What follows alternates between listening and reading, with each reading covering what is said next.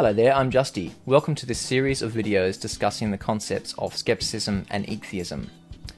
Who am I? Does it really matter? It kind of doesn't, for reasons which we'll talk about later on. But if you are interested, this is the sort of thing I like to do.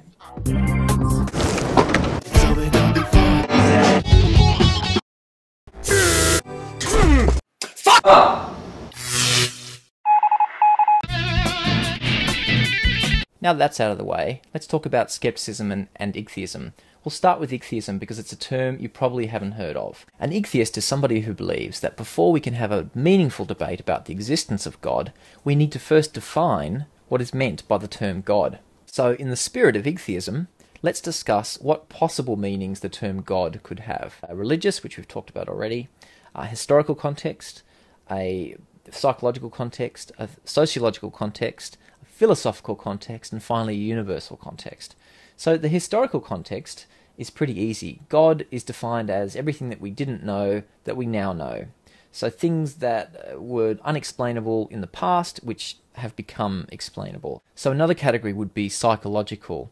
God is that which satisfies my human need. So I need to be loved, I need to be cared for, I need to feel safe, I need to know that everything's alright, I need to know that I'm worthwhile as a person, I need to know that I matter, I need to know that I'm significant, and not all of the antitheses of all of those things. God satisfies that need. And so the sociological definition of God could be that which motivates large groups of people to display certain behaviours. So the god of war, the god of do as we say, or you will be punished for eternity. So what about a philosophical definition of the term God? To my mind, as soon as we say that something is unknowable, and we attribute that to something called God, then we are defining God philosophically. God is things that we will never know, and cannot know, are unknowable. And if we then think, well, can God know them? That's an interesting thought exercise to pursue. We won't pursue it just at this point. So finally we come to what I would call universal definition of the term God. And this actually touches on the other 5 categories somewhat. It's fairly simple really. The universal definition of God is the universe, everything. There may be an infinite number of parallel universes, which just completely blows one's mind if it's not blown already. But even if that's not the case, our universe is so mind-blowing that it evokes a religious sense of awe. It evokes a philosophical sense of the unknowable. It evokes a sociological context of the importance that people have within the context of that universe and in a microcosm within their own social groups. It evokes a psychological sense, not always positive, of feeling insignificant in the universe because it's so large, or at the same time feeling connected, knowing that you are made of the same stuff that the rest of the universe is made of. We are the universe. We are parts of the universe, and we are all connected.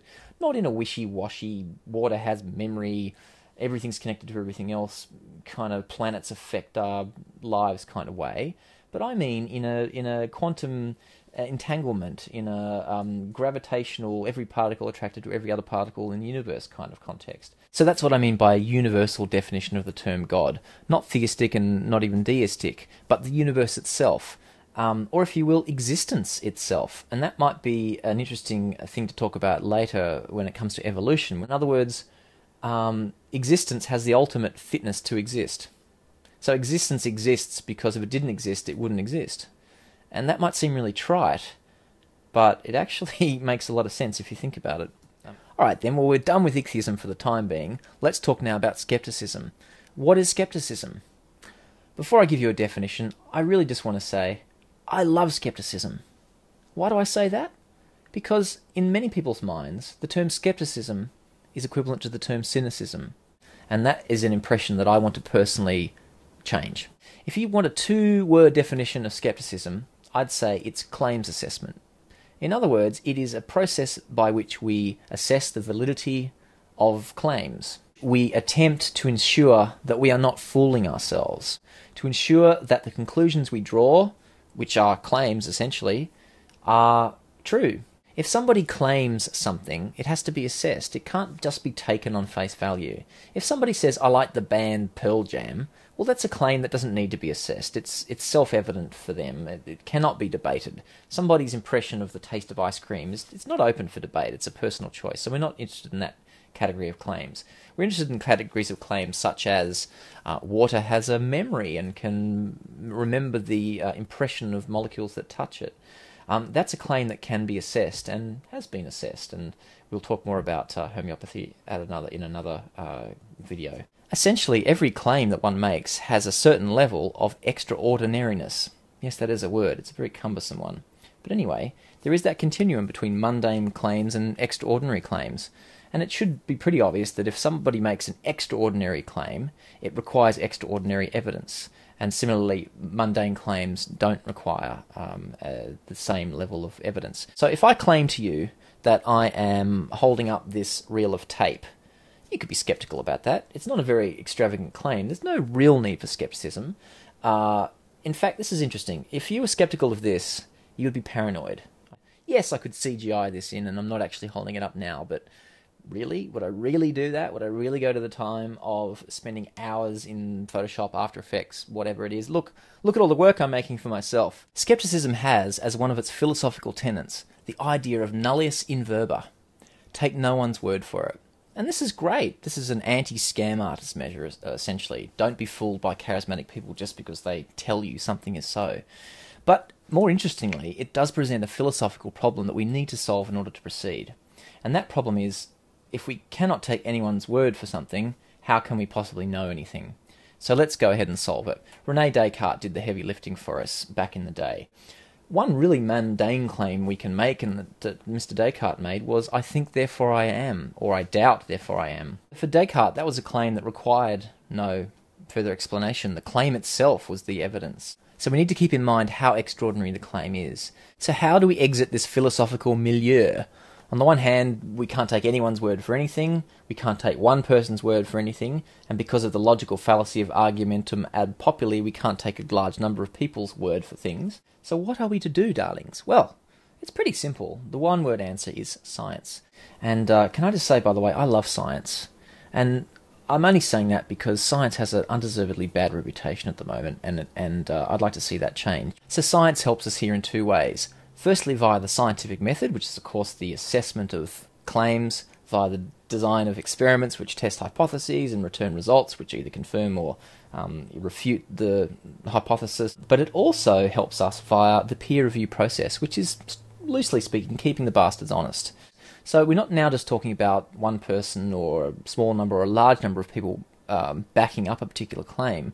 We're talking about the quality of the assessment of those claims. So science helps me in this way to exit this philosophical loop, because knowledge is essentially justified true belief.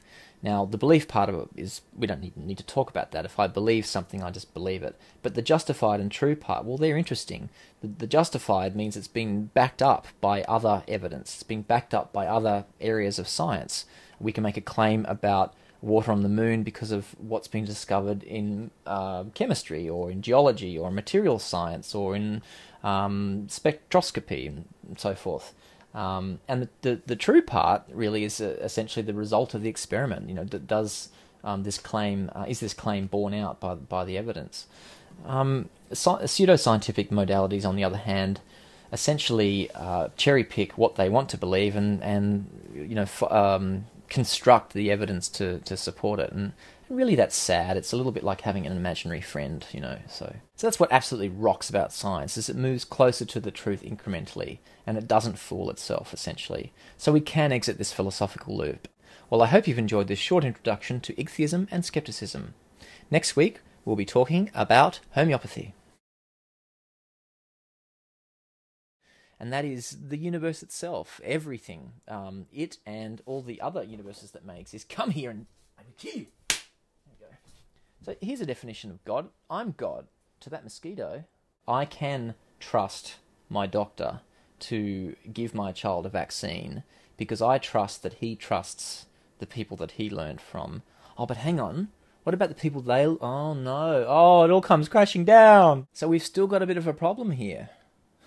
And that's when I decided there must be a God, because I couldn't work out all of the philosophical machinations of what I was talking about.